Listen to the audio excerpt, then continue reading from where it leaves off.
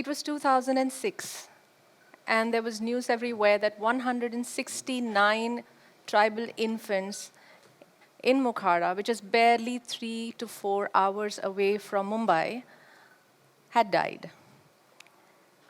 169 tribal children had died of malnutrition.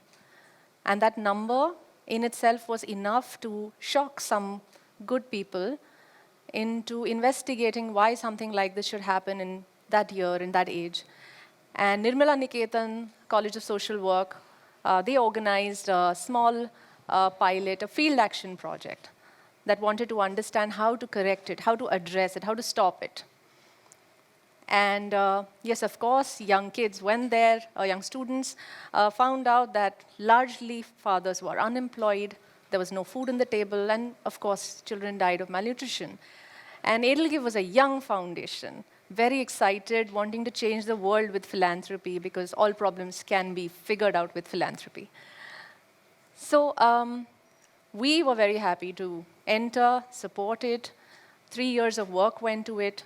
This young, very, very energized group went after this whole mission of ensuring fathers had livelihoods so that, in turn, children can be saved.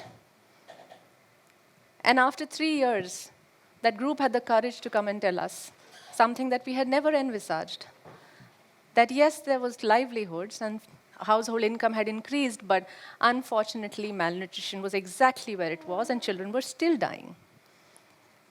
And that shook me, who had just joined EdelGive. That shook our young foundation, who had decided we would change the world, remember, in Mukhara for 3 years, within 3 years.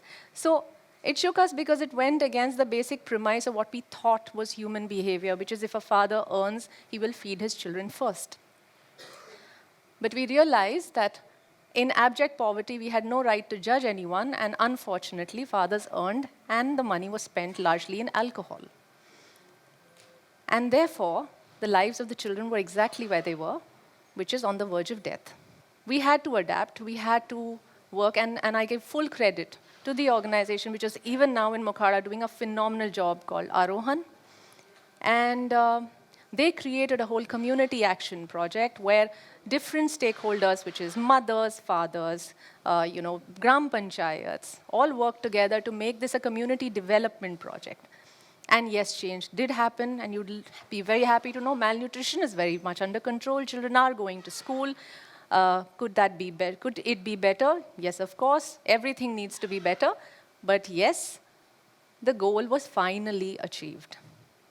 What that taught me as a young person in philanthropy, and what that taught EdelGive as a young foundation, is that we can go and win battles, but we will not win the war. We can go and achieve targets, but we will not achieve the goal if we don't look at things as a whole.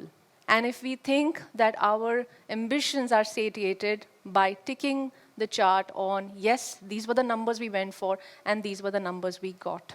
It taught us a very valuable lesson, and therefore made us sit back and look at what we had. We had some small corpus. We had corpus which we thought was good money to put in good projects to improve lives of people. We took a relook at what we had. We had invaluable resource that could be used to create a source that maybe in our lifetime could create change in the lives of people. The way we looked at what we had changed, and we looked at the same small corpus as a big investment that we could make in society. And we thought we were asset managers of this trust that somebody had placed in us. Somebody has to earn to be able to place this money for philanthropy, right? And when we looked at our philanthropy as an asset, we were very encouraged by how we looked at projects. Everything became long-term. Everything became a whole. Project became a tool, but community became the goal. And when we tasted that, we wanted to take that to everyone. We wanted to scream and shout in a universe which is completely projectized. A project is a tool. It does what it does. But like any good tool, it does only what it can do depending on who's using it. And as someone who is a philanthropist institution, we think our role is much bigger than achieving projects or completing projects. Our goal is to do good. And we took that message to all philanthropist institutions that we know.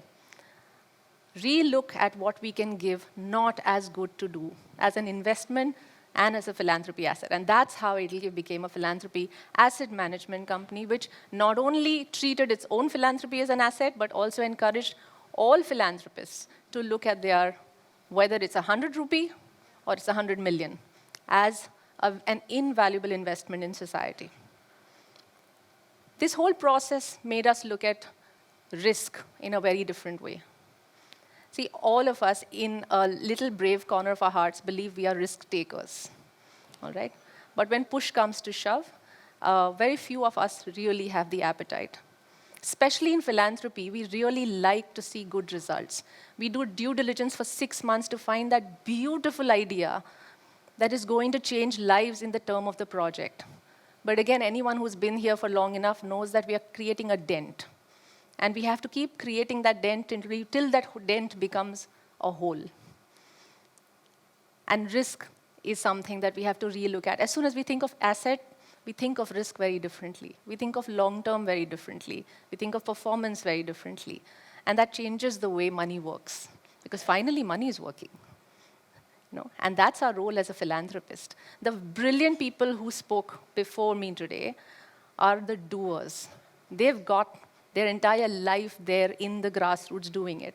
The role of good philanthropy is to be their fuel, not to be their roadblocks. Therefore, asset management. So when we went to many funders, we also heard that risk is very high. Some projects are too early. Some projects are too audacious. Some projects will not end in 2 years. So here is where the concept of a portfolio came up. If I ask you to buy a stock, will you put all your money in that stock? No? If you have, all of us have some investments, do we only have high risk, low return? Or do we have a nice blend of high risk, low return, low risk, high return? Things like that. We blend because we look at our own money that invaluably. I think philanthropy needs to be looked at it. Put some money into risk because it's worth it. It gives wins that simple philanthropy can't. There's a place for everything. There needs to be strategic philanthropy. There needs to be target-based interventions. There's room for all of us. Human lives, human issues are complex, and our solutions need to be addressing them. So why look at philanthropy only as an asset also? And with this blend comes the beauty of what can happen. In 2015, we found a very, very interesting partner in Mr. Nandkumar, who was at that point Principal Secretary of the Department of Education in Maharashtra. And with his encouragement, very early, we got into what we call as collaborative philanthropy. There were 7 funders on one end. The government of Maharashtra was very key as a central partner. We were just engineering. We were just the choreographer of it all, and we had skin in the game through our old funds. And the entire principle was on FLN. It was very early days, and we went into it extremely optimistic. Before I even move on to that story, I'll tell you what that whole stage gave us is another lesson that nothing can compensate the value that good design brings when we are making interventions. Good, sharp designing of intention is very, very important for good action. And it was a good, clean design. It was a design of a collaborative fund, funders, government, us doing what we can, the grassroots NGOs, 3 of them, phenomenal work. The structure was so good that in the first year, we could address schools that covered 25,000 children. In another year, it moved to 1 million children. And today, we are actually working with a state government that is able to work with 64,000 schools and 5 million children under 8 years. And this is not happening because EdelGive is everywhere. This is happening because we've partnered, and it's like a relay. It's like a value chain that dishes out services that children need, and also speaks to multiple stakeholders, and doesn't just look at children as what are your maths marks and what are your English and what's your science marks. So the way we looked at collaborative philanthropy changed. These are all invaluable lessons for a foundation that is barely 15 years old. Early lessons learned, but well learned. And we choose to not only absorb and hold them within ourselves, but to also scream, shout, talk, share whatever we have to every budding philanthropist, seasoned philanthropist, large and small, international and Indian institutions who want to give, that this method works. And it is worth all the struggle that it brings, because this is not easy. See, when we started, when there were just 25,000 children, we thought, first target, 3 months will be over. We went in and realized Maharashtra has hundreds of dialects. Children don't know what the book is saying. The book cannot be read by the teacher. Teacher cannot speak to the student. It's a very interesting problem that you only know once you enter those schools, right? It derailed our entire log frame. We had to go and talk to 7 funders and explain why something that we were so sure of, because we were working collaboratively, will now need an extra 6 months and a significant budget, because we have to figure how to make the teacher be understandable by the students. These are practical issues that come about when you want to do anything that is uncomfortable. So here is my final message. I mean, I don't think there's much to preach. There's a smart group here. There will be a smarter group that will listen when this goes online. Philanthropy is about giving. But the point of gratification cannot be signing of that check or giving of that money or feeling that you've participated in something big.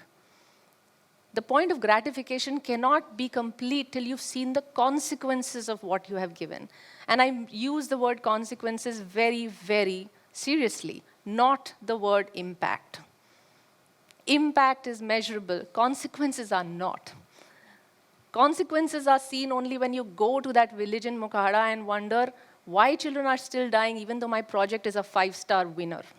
And as philanthropists and as institutions who have any role to play in the power equation of how money is moving these days in philanthropy, I think our role is to be very mindful of the consequences that we unleash with every document we sign, every hand we shake. We have to shake many, many more hands. We have to take that risk, but eyes wide open. Thank you.